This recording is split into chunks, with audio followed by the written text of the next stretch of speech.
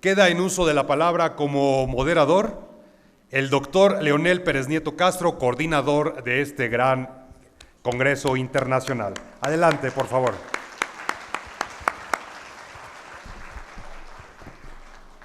Pues con mucho gusto y ya concluyendo nuestras labores de este Congreso, que ha sido muy fructífero, con temas muy interesantes, y sobre todo la idea de difundir la argumentación jurídica como uno de los instrumentos fundamentales en la impartición de la justicia.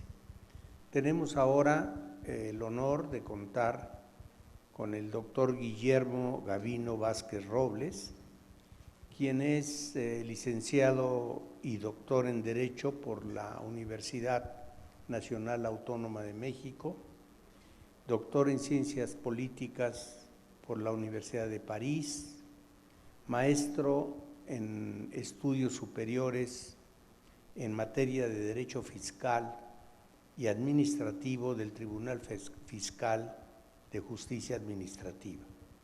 Es profesor de la UNAM, de la Universidad Panamericana, de la Barra Nacional de Abogados y de la Escuela Internacional de Derecho y Jurisprudencia, o sea, con una experiencia docente muy amplia.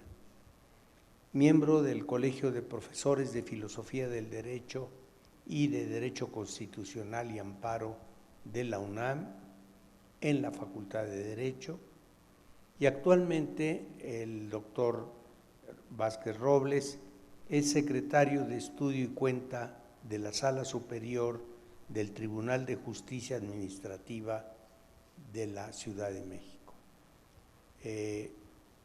Pues adelante, señor doctor, con su trabajo.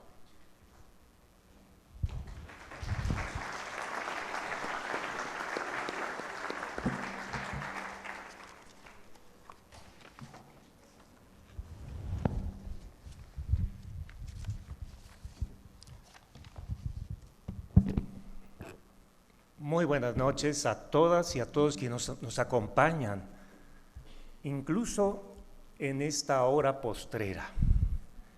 Nos ha tocado, imagínense ustedes, el peculiar honor de cerrar, entiendo, este congreso que ha sido muy exitoso.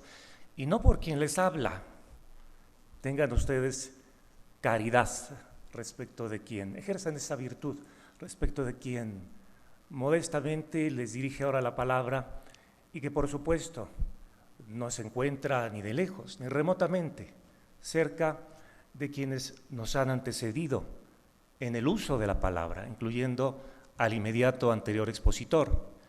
Pero quiero justamente hilvanar algunas de las ideas, incluso de las preguntas que se hicieron a propósito antes de mi intervención, porque justamente, como habrán notado ustedes en el programa, el tema que me toca elucidar es aquel no menor de los principios y las reglas. Entonces, creo que ahora, no sé si esté todavía el colega, el estudiante de noveno semestre y la primera participante, porque ambos justamente se refirieron a los principios generales del derecho.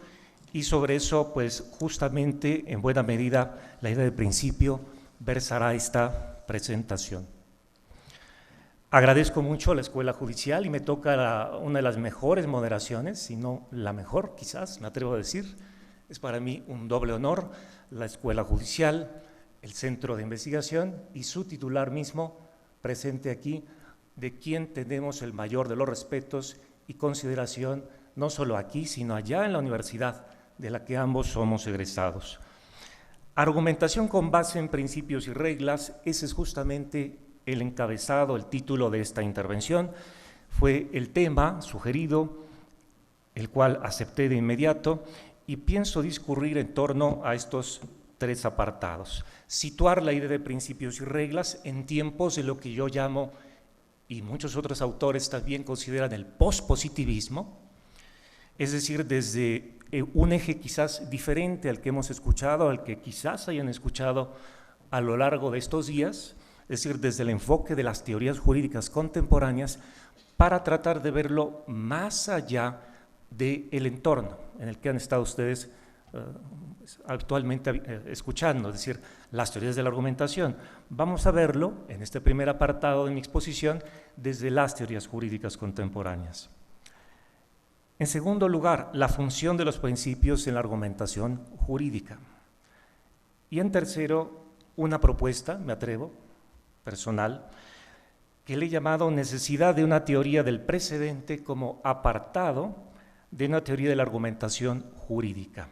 Incluso pienso, porque escuché la presentación de la revista, que la sección de jurisprudencia, de comentario jurisprudencial, podría abarcar una meditación, no solo de comentarios, sino de formación de una teoría del precedente como, me atrevo, doctor, a sugerirlo así, como sede temática dentro de la argumentación jurídica, como un campo específico.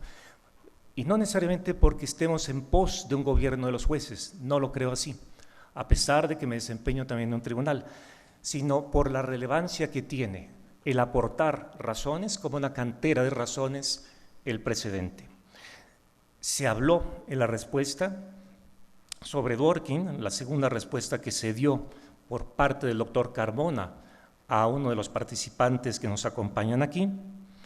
Veamos justamente, situemos en su contexto contemporáneo a la doctrina de los principios, no solamente generales del derecho, que ya eran familiares en las discusiones entre juristas de antaño, sino en la teoría jurídica contemporánea. He aquí esta aportación. Decimos, pensar los principios es una cuestión asociada a una concepción del derecho en lo general y en lo particular a dos problemas específicos. Vean ustedes, al problema de las fuentes del derecho, identificar el origen, el fundamento de las normas jurídicas, y por otro lado a una teoría de las normas. Son dos grandes apartados que se conectan con el tema de los principios. Una teoría de las normas y una teoría de las fuentes, además dentro de una idea más amplia, una concepción del derecho. Si han notado ustedes, no solamente se les ha sugerido la idea de las ideas de teorías de la argumentación por el ateo expositor, también detrás de eso, lo resalto ahora, hay concepciones más amplias acerca de lo que es el derecho. De modo que en el debate contemporáneo, la teoría jurídica, por supuesto que reconoce, se citó a Dworkin, el papel central que poseen los principios. De hecho, los principios nos han acompañado a los juristas desde tiempo atrás, siendo, también se reconoció hace unos momentos, una de sus funciones más destacadas, la de superar posibles lagunas normativas, que, por cierto, no son el único tipo de lagunas, hay también las axiológicas. ¿A qué asociamos comúnmente el término principio, más allá de generales del derecho o a secas? Al origen o fundamento de algo, ¿no es cierto? Ese significado, ese campo semántico en el que se inserta la idea de principio también está asociado con uno de los sentidos del concepto, nótese, fuente del derecho, el de fundamento último de las normas jurídicas, porque las fuentes del derecho suelen comprenderse justamente en ese campo semántico. En ese sentido, el fondo de la discusión acerca de la posible naturaleza de los principios, término central en esta ponencia, hallaremos algo más que mera integración del derecho como problema y como actividad. Lo que hallaremos, creo, será una discusión en torno, nótese, a los fundamentos mismos de todo el derecho.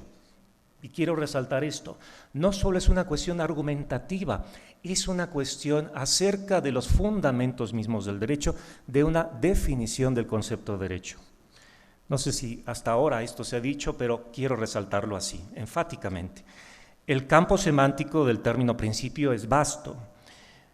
Pasaré, si me permiten, un poco rápido en algunos de los párrafos que podría retomar, si se presta la ocasión, a través de las intervenciones de ustedes.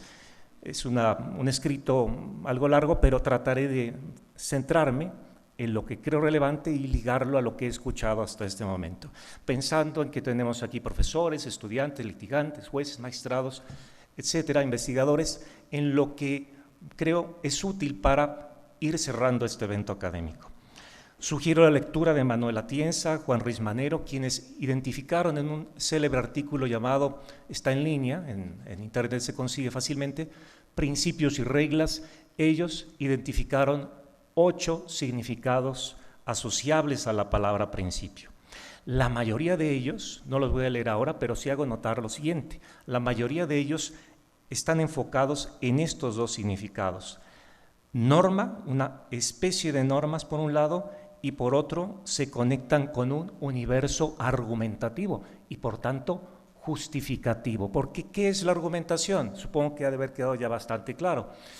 ¿Qué es la argumentación? La argumentación es dar razones para justificar aseveraciones, con carácter conclusivo. La cualidad de la argumentación jurídica es que los elementos que se usan para justificar están notoriamente influidos por lo que llamamos fuentes del derecho.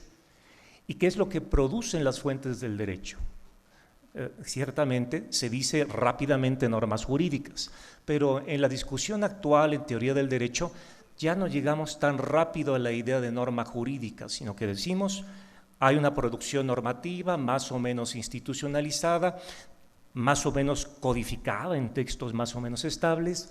Del otro lado tenemos justamente disposiciones que se encuentran, que radican allí en los textos, sometibles a interpretación, después a argumentación para defender justamente esas interpretaciones, y hay distintos argumentos interpretativos a la mano, entre ellos los argumentos basados en principios justamente, y finalmente, resultado de esa interpretación y de la defensa vía argumentativa de cierta modalidad de interpretación, se concluye dónde está la norma y qué establece la norma, el sentido deóntico de la disposición.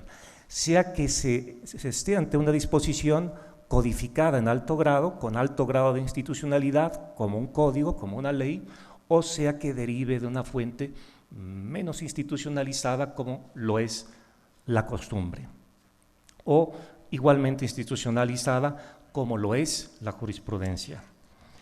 2 entonces significados que son relevantes para nosotros. Principio como norma, porque en efecto el estándar actual en las discusiones teóricas es ver a los principios, atención, como normas, quiere decir como una especie de prescripciones. Y si esto es así, quiere decir que tiene fuerza obligatoria. No solamente, no son consejos, son buenas intenciones, no son promesas. Hoy se entiende a los principios enfáticamente como normas a la par que las reglas. Incluso se les denomina en la doctrina por un autor de origen brasileiro como normas de primer grado, inclusive, que contrastan con los postulados que serían, según este autor específico, normas de segundo grado. ¿Qué nombres orbitan en torno a la discusión contemporánea de los principios? Los mencionaré al paso porque me interesa llegar a otros puntos en esta discusión. En el campo del positivismo jurídico, Kelsen, Hart, Raz y en efecto generalmente son juristas provenientes de otras órbitas culturales que no necesariamente aprecian desde las llamadas epistemologías del sur, como dicen algunos alternativistas, que es una concepción del derecho, no aprecian del mismo modo los problemas a los que se enfrentan los justiciables, los jueces, los postulantes. Esto es cierto. Sin embargo, no hay tales diferencias culturales o entre familias jurídicas que no se pueda pensar en elementos comunes para fundar una posible, no solo teoría general del derecho, sino una posible teoría general de la argumentación y de la interpretación jurídicas. No fue ese el propósito de Kelsen, no fue propiamente el propósito, una teoría de la argumentación, del profesor inglés, en este caso, Herbert Hart. No ha sido exactamente el propósito de quien se mencionó hace unos momentos, el norteamericano Dworkin, más bien construyó una teoría jurídica que ha sido conocida como interpretativa, constructivista, interpretativa.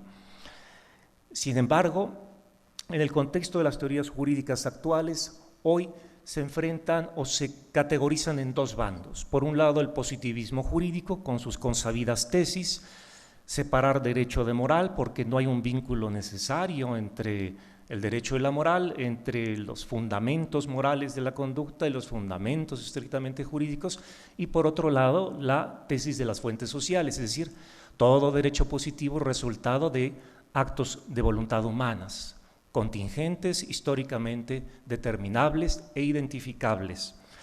A ello se le enfrenta lo que decíamos, encabeza esta primera parte de la locución, que es la concepción pospositivista, es decir, la idea es esta.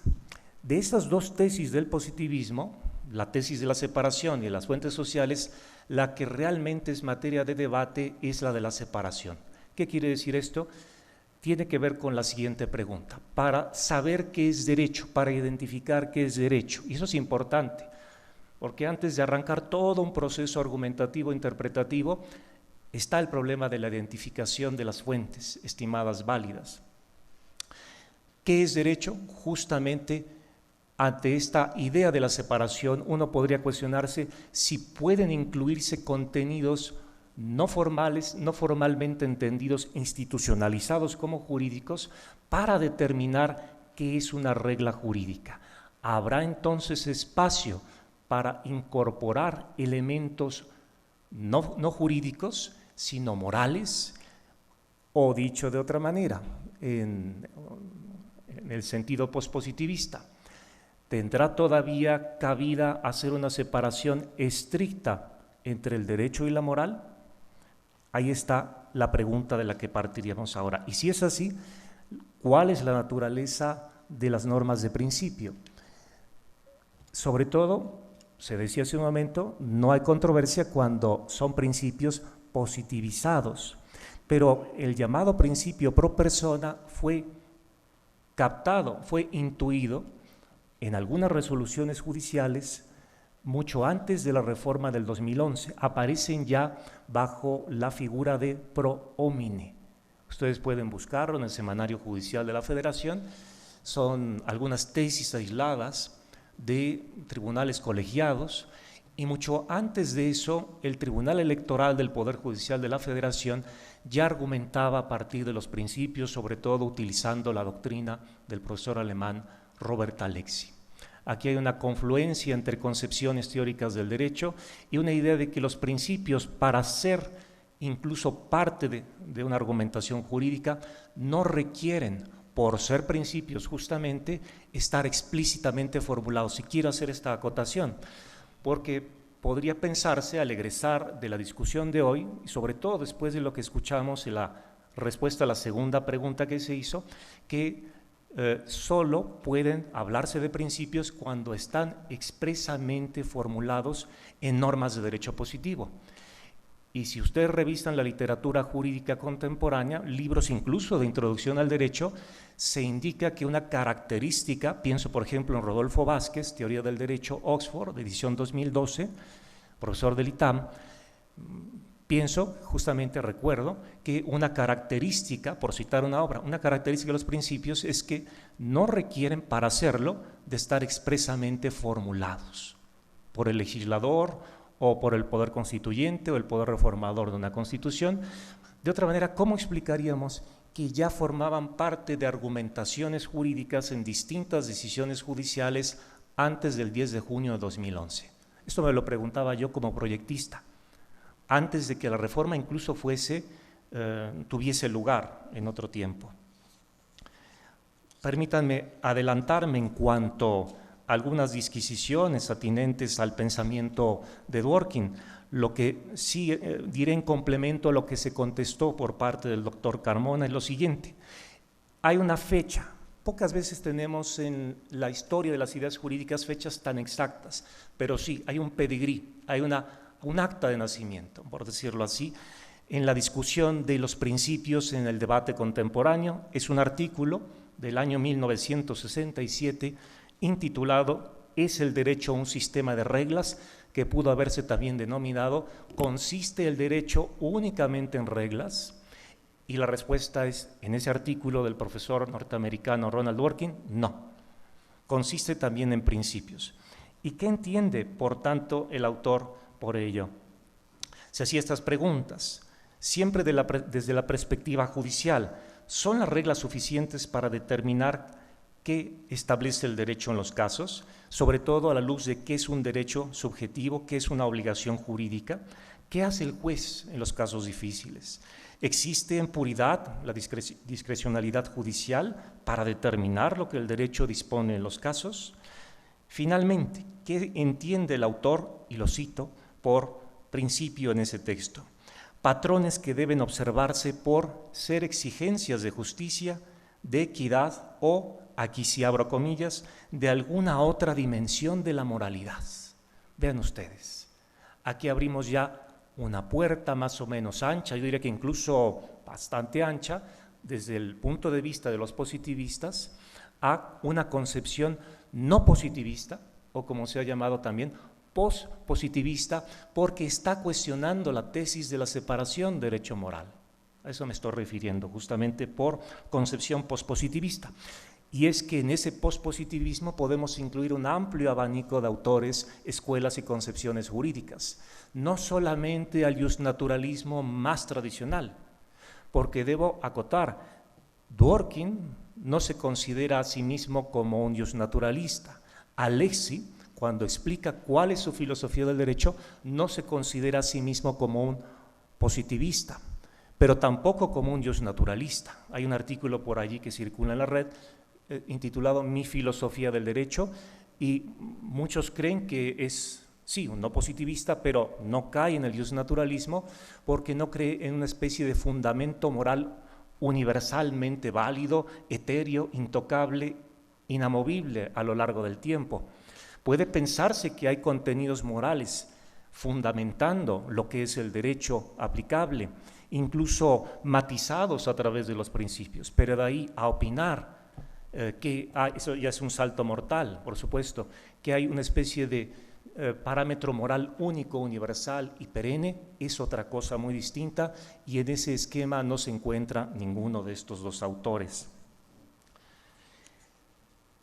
Los criterios que generalmente se aducen para distinguir principios de reglas provienen justamente de ese artículo, 1967.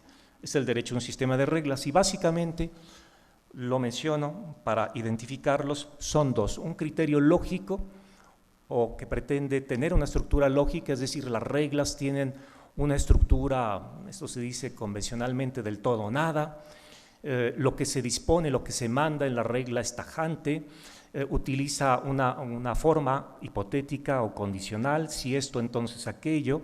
Recordamos todos que ese es el esquema que se lee incluso en el libro de Introducción al Estudio del Derecho, que se citó, de Eduardo García Maínez, supuesto, consecuencia jurídica, esa estructura que todos aprendimos en el García Maínez, diríamos, esa es la estructura clásica de las reglas. Pero, según Dworkin, esa estructura no aparece en el caso de los principios. Lo que tenemos ahí son mandatos formulados en sentido categórico. Y en el otro caso, enunciados de forma hipotética o condicional.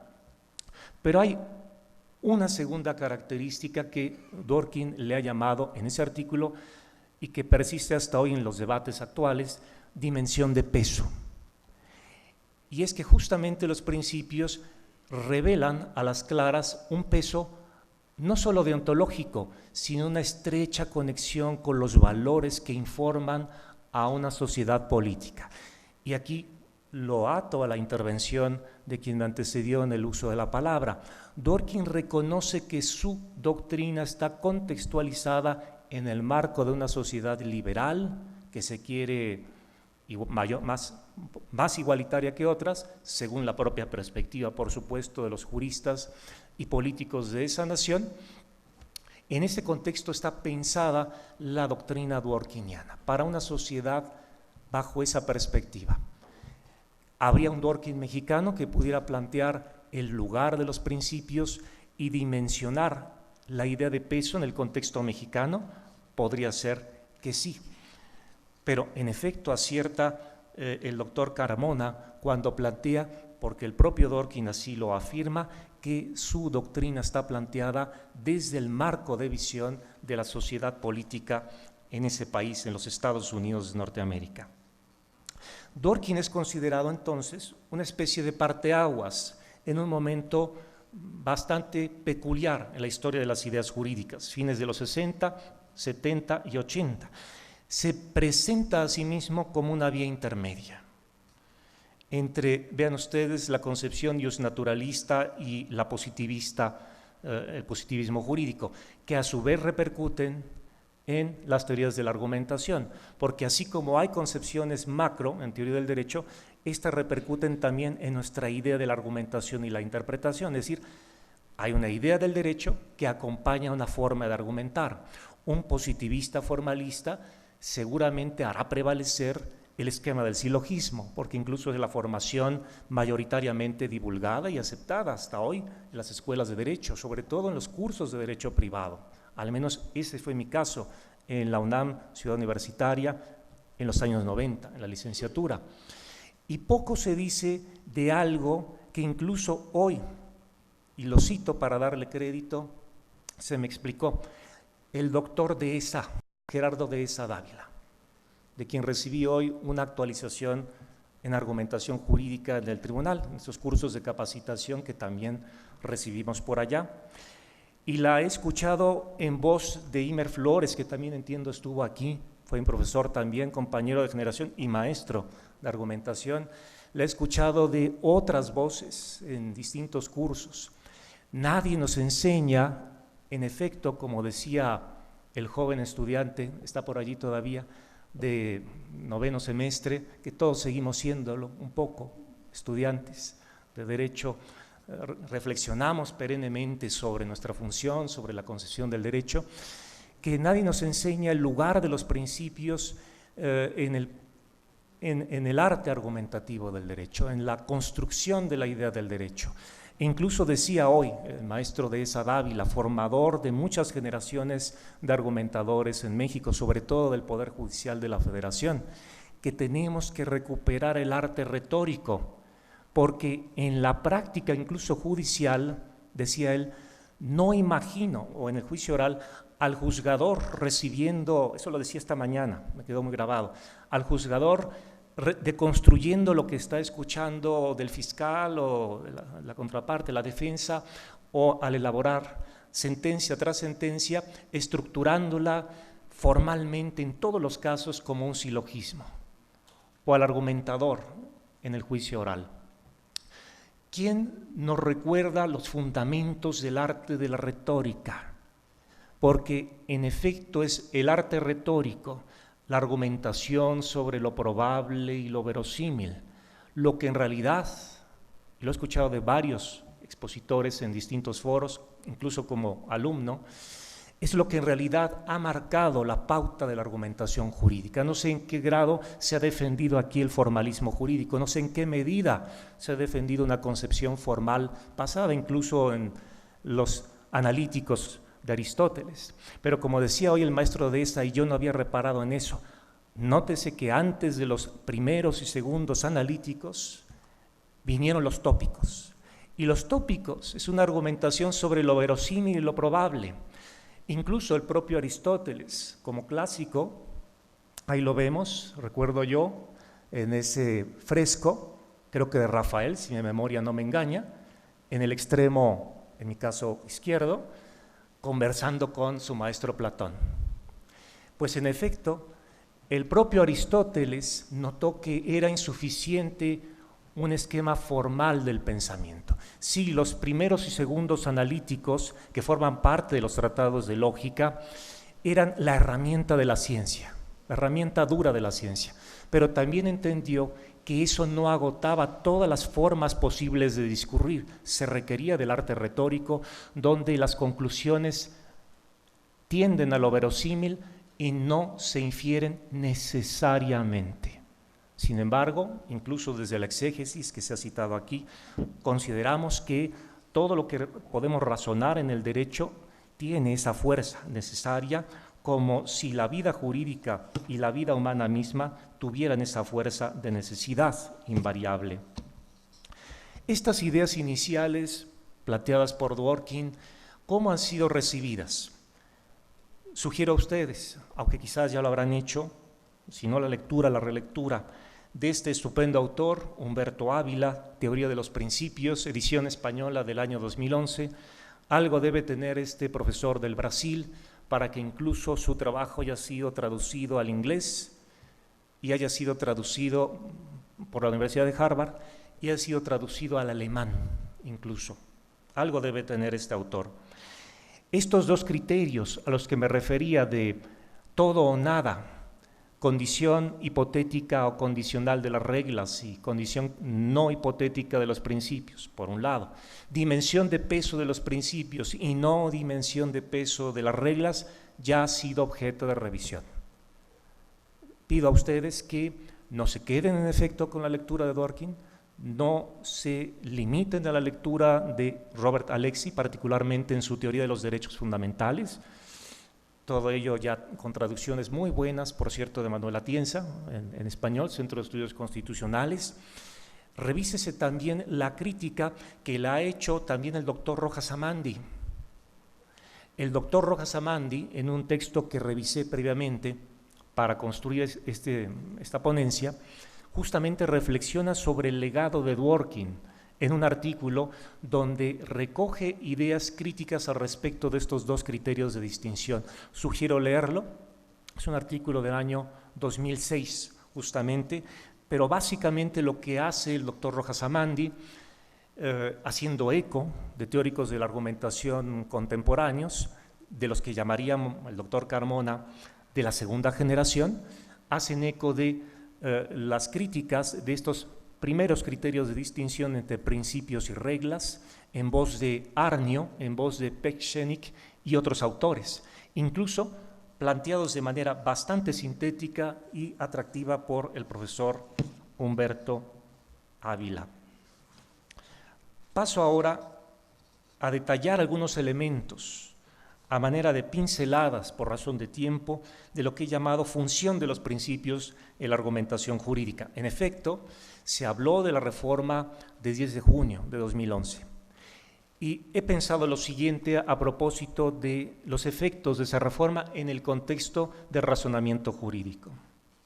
Y son estas reflexiones. De inicio, la argumentación es una actividad discursiva, decíamos, que consiste en dar razones para justificar una conclusión, razones que justifican una conclusión. En el caso de la argumentación jurídica y sobre todo a partir del 2011, se ha enfatizado el papel normativo de los principios, pero también su conexión con los valores y los fines que informan y le dan, se mencionó ese concepto, nótese, coherencia a toda decisión jurídica, pero en un campo mucho más amplio, el campo del derecho como sistema. Los principios contribuyen, por tanto, a justificar las decisiones jurídicas en el complejo marco de las sociedades contemporáneas. Hemos hablado de la concepción positivista del derecho, que cuestiona esa tajante separación entre derecho y moral. La comprensión, por tanto, del papel que desempeñan los principios en la argumentación jurídica, de entrada, ha de abordar una noción no formalista del derecho. Las claves iniciales, decíamos, de esa tradición ya se encuentran en el propio Aristóteles, porque a la par que sus tratados de lógica, el filósofo pensó, dijimos, en un tratado de retórica, donde se razona a partir de lo probable y de lo verosímil. Los principios siempre han formado parte de la argumentación jurídica, pero a partir de la reforma del 2011 ocupan una posición destacada en la decisión jurídica.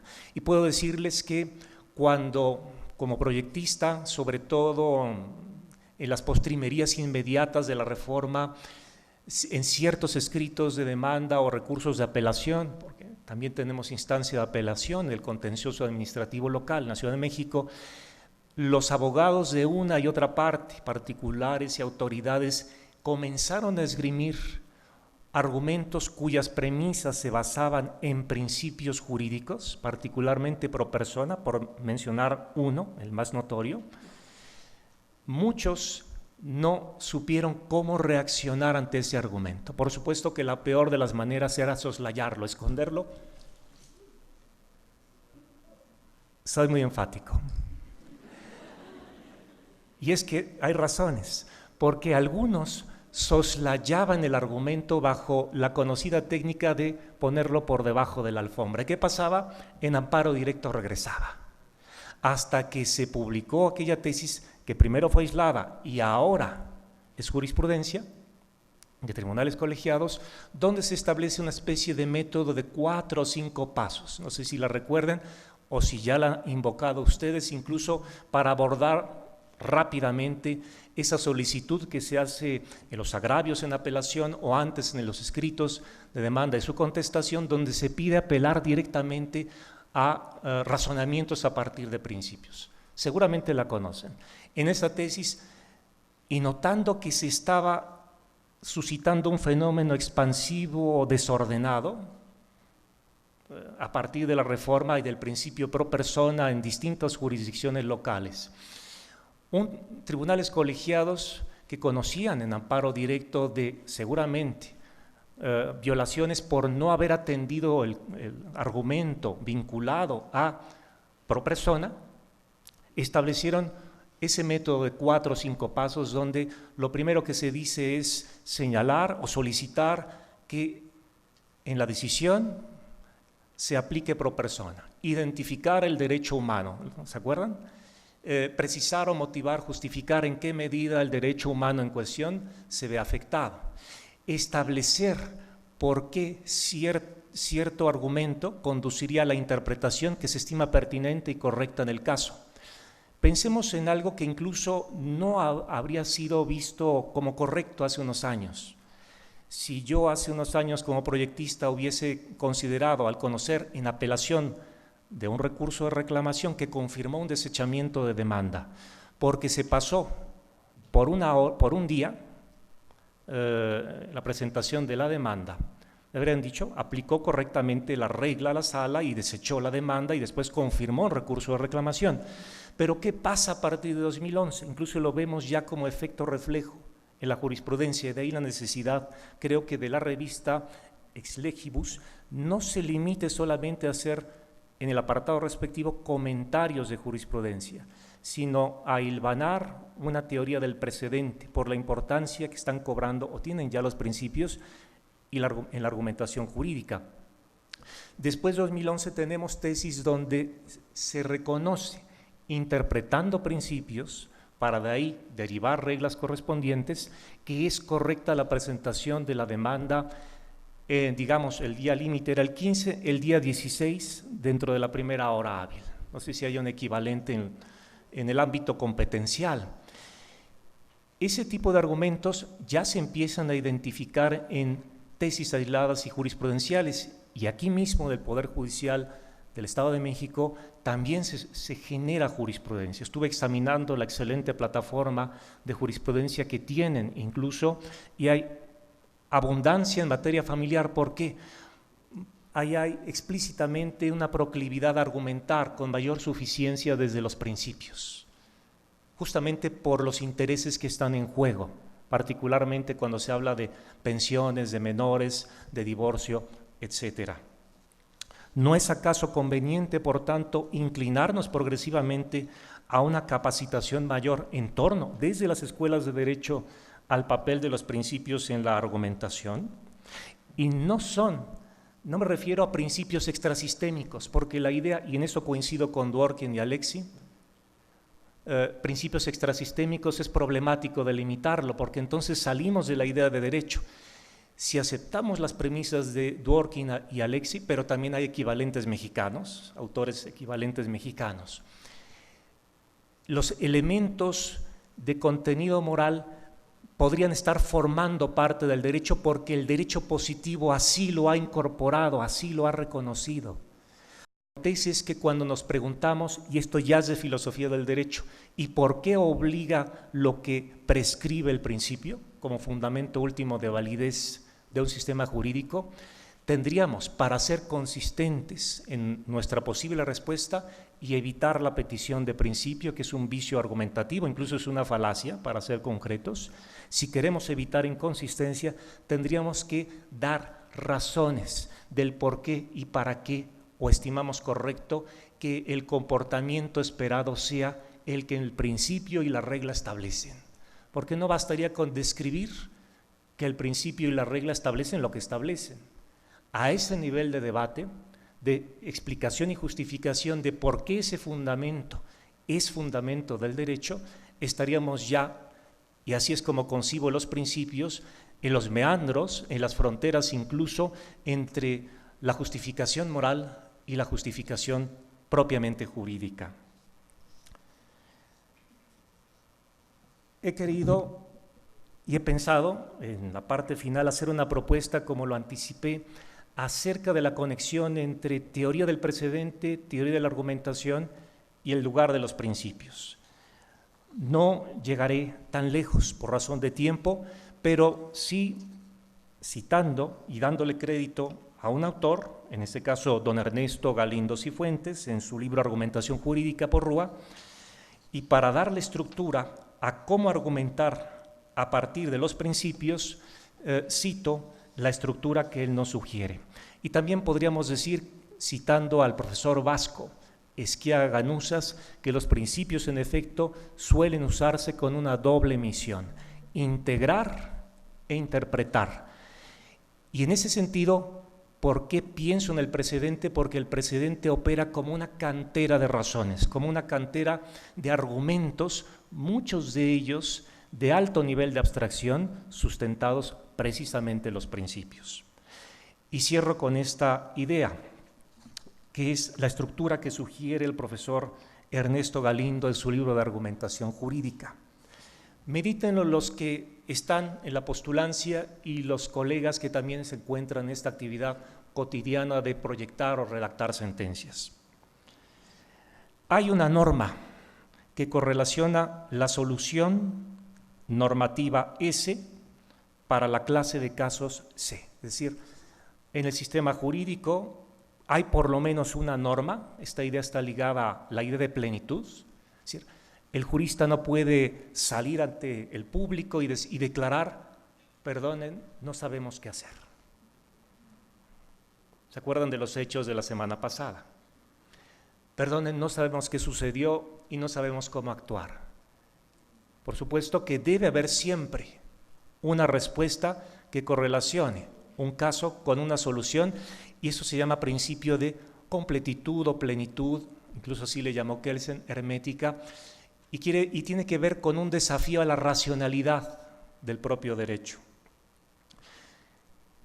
Eso es lo que está detrás de esta primera premisa. En segundo lugar, el profesor Galindo dice, el caso individual C minúscula pertenece a la clase de casos C mayúscula, es decir, encontramos, incluso esta es una cuestión de hecho, un problema de adecuación, el caso particular encuadra en la clase de casos que tienen estas propiedades genéricas. Pero invocamos un principio, el principio P. Incluso decimos, siguiendo la idea de Galindo, que el uso de determinada norma para solucionar el caso concreto es conforme al principio que estamos invocando. Ejemplo concreto a propósito de la admisión de la demanda, lo que antes habría sido impensable, a que ahora se admita dentro de la primera hora del día hábil siguiente. Justamente porque tenemos que hacer explícita la operatividad del principio. Y entonces decimos, en virtud del principio de acceso a la justicia. Es cuando tenemos que sacar a la luz, fuera de los telones y ante los reflectores, al enunciado de principio. Y entonces mencionamos, en este caso, principio de acceso a la justicia, principio que tiene que ver con el derecho de defensa. Y en efecto, para concretar hoy muchas discusiones, se ha definido al principio como normas de derechos humanos. Aunque no hay que confundirlo con los valores. Los valores informan a los principios, pero no pueden ser igual a las normas. ni tampoco los valores deben confundirse, nótese, con las normas y con las razones justificatorias de los principios. Adelanto esta también distinción. ¿Qué se concluiría de estos elementos? Por lo tanto, la norma N sí es aplicable para el caso C, pero parte de la justificación descansó en el principio, por lo cual podemos ver que el argumento basado en principios en esta estructura estaría operando como premisa, que va como premisa que es justamente a justificar una determinada conclusión, y regresamos a la definición de argumentación como actividad discursiva que consiste en dar razones para soportar, justificar una conclusión. Por supuesto que queremos escuchar sus intervenciones, ojalá y las haya en estas horas postreras de este magno evento. Si no las hubiera, bienvenido también, lo entendemos perfectamente. Estamos terminando una larga jornada de trabajo, pero siempre gustoso de acudir desde la Ciudad de México a aprender de ustedes y sobre todo con la deferencia enorme tanto del doctor Leonel Pérez Nieto, del doctor Rojas, a quien por supuesto también le agradecemos mucho la invitación, y más que nada de todos ustedes. Cedo el uso de la palabra. Gracias. Abrimos un periodo de preguntas a esta excelente exposición del doctor Robles, así que cualquiera que quiera, allá atrás, por favor. Allá. De este lado.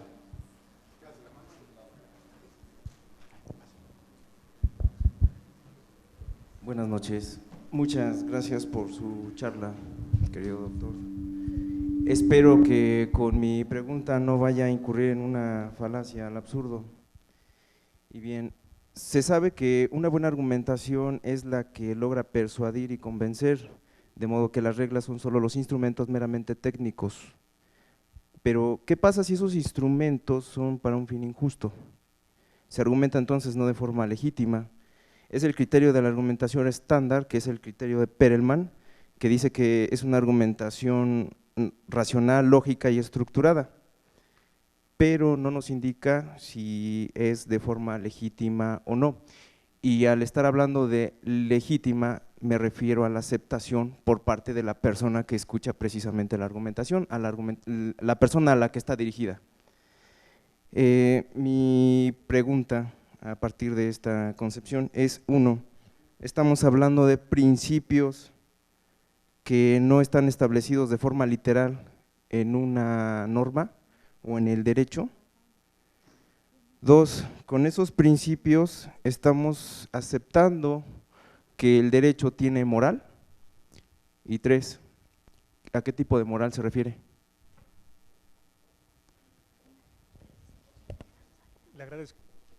Le agradezco mucho sus tres preguntas.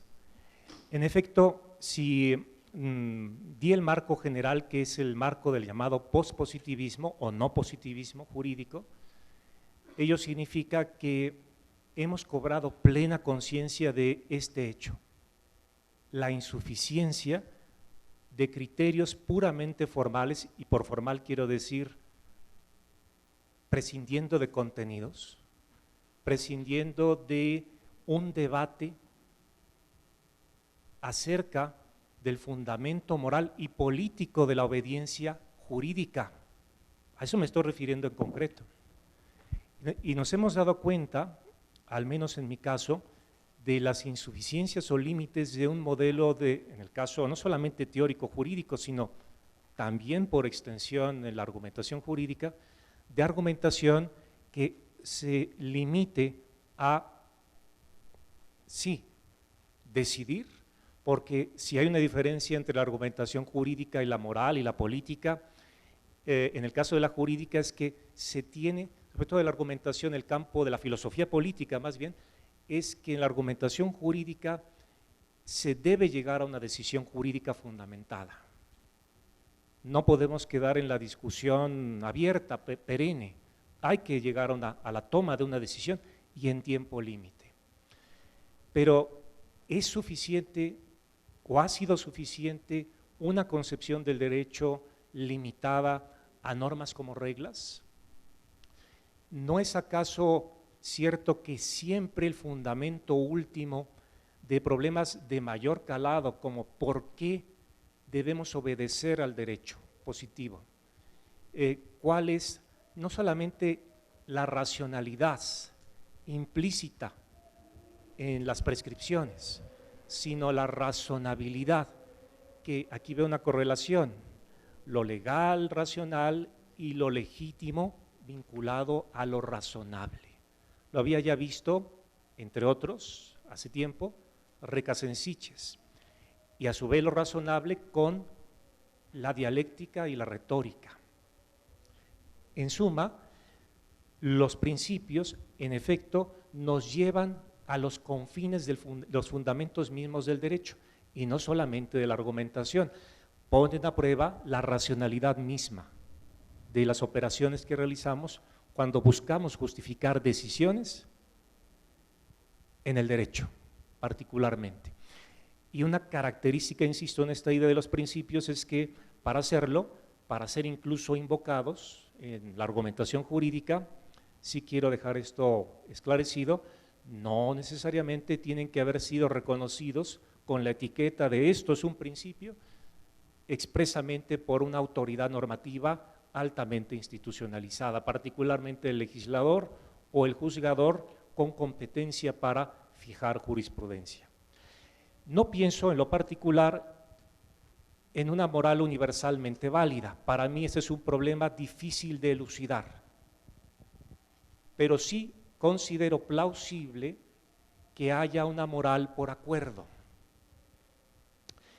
Sé que esto al profesor Imer Flores le parecería discutible, porque lo mencionó en un curso que tomé con él de argumentación. Dworkiniano al fin dirá y defenderá la tesis de la objetividad moral, que por supuesto es un problema superior a los propios problemas de la argumentación, pero es que y no solo por 2011 en México, de suyo en el derecho, en la argumentación jurídica, siempre estará detrás, y los principios nos lo hacen ver, el problema de la justificación, no solamente de decisiones al final del camino, sino al principio del camino, la justificación mismo del derecho y su viabilidad como instrumento de control social. Tipo de moral, pues no pienso, insisto al menos en mi caso, en una moral objetivamente válida y universal para todos los pueblos, ajena a la contingencia histórica. Al respecto de ello, advierto problemas empíricos de captación, comprensión, explicación de las posibilidades de una tal moral. Espero haberle dado respuesta. Y si alguno de mis términos no es claro, exíjame claridad, por supuesto. Muchas gracias, doctor.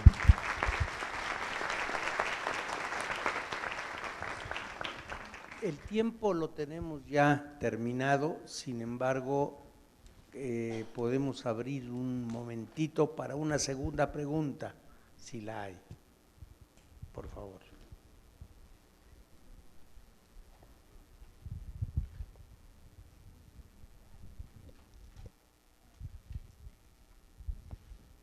Bueno, buenas tardes. Una felicitación por su excelente exposición. La pregunta tiene relación con la persona que me antecedió. El sistema jurídico mexicano se rige hoy por el positivismo. A partir de ahorita que lo estoy escuchando, ¿cree que a futuro el sistema jurídico mexicano podríamos hablar del pospositivismo por función de la reforma en materia de derechos humanos?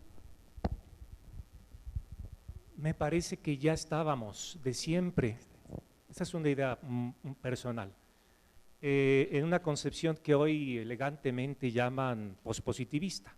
Esta idea la he leído, esta etiqueta la he visto en artículos de Manuel Atienza, en artículos como Debemos dejar atrás el positivismo jurídico y otros autores. E insisto, esta idea del pospositivismo comprende a jusnaturalistas, a realistas jurídicos, a alternativistas, a marxistas, a la corriente de feminismo legal, es decir, es verdaderamente amplia. Pero de lo que nos hemos dado cuenta, y esto venía en el escrito, pero ya no lo pude decir, es que también hay un marco general en donde se insertan estas discusiones, y es pensar el Estado constitucional actual. Y tenemos que hacerlo transdisciplinariamente. También me atrevo a invitar a ex legibus a que el enfoque sea transdisciplinario con más énfasis cada vez, y de ser posible incorporar artículos de colegas en inglés para darle ese campo internacional. Van muy bien, según entiendo, pero podrían empatar con, por ejemplo, la revista Problema del Instituto de Jurídicas, que comparte un espacio con autores extranjeros y se les pide para mayor difusión en inglés. Pero creo que el marco es mucho más amplio que lo que, leo con respeto, los temas que nos han ocupado en este congreso podría haber sospechado, porque tienen que ver con un cuestionamiento a propósito de la pertinencia del Estado de Derecho, inclusive, y de la viabilidad de la argumentación jurídica para hacer prevalecer la toma de decisiones y la solución de conflictos a través de argumentos jurídicos. Pensemos lo que está suscitándose en este momento en Ecuador y en Chile, en Argentina, y le paro allí, porque quién sabe. Entonces, la viabilidad misma del Estado de Derecho. Entonces, estas discusiones acerca de la legitimidad, y no solo legalidad, el contenido y la forma, y sobre todo hoy, el contenido, no pueden ser soslayadas. ¿Qué quiere decir esto? Tenemos que entrenarnos en las escuelas de derecho, en retórica, en filosofía moral, en hermenéutica, más otros elementos transdisciplinarios, pues sí. Y cuando hablamos de filosofía moral, uso la expresión en términos técnicos filosóficos. No lo estoy asimilando a un determinado catecismo, sino plantearnos seriamente el problema, por ejemplo, de la posible objetividad de la moral. A eso me refiero, y de qué manera se pueden tender puentes entre el derecho y la moral en particular.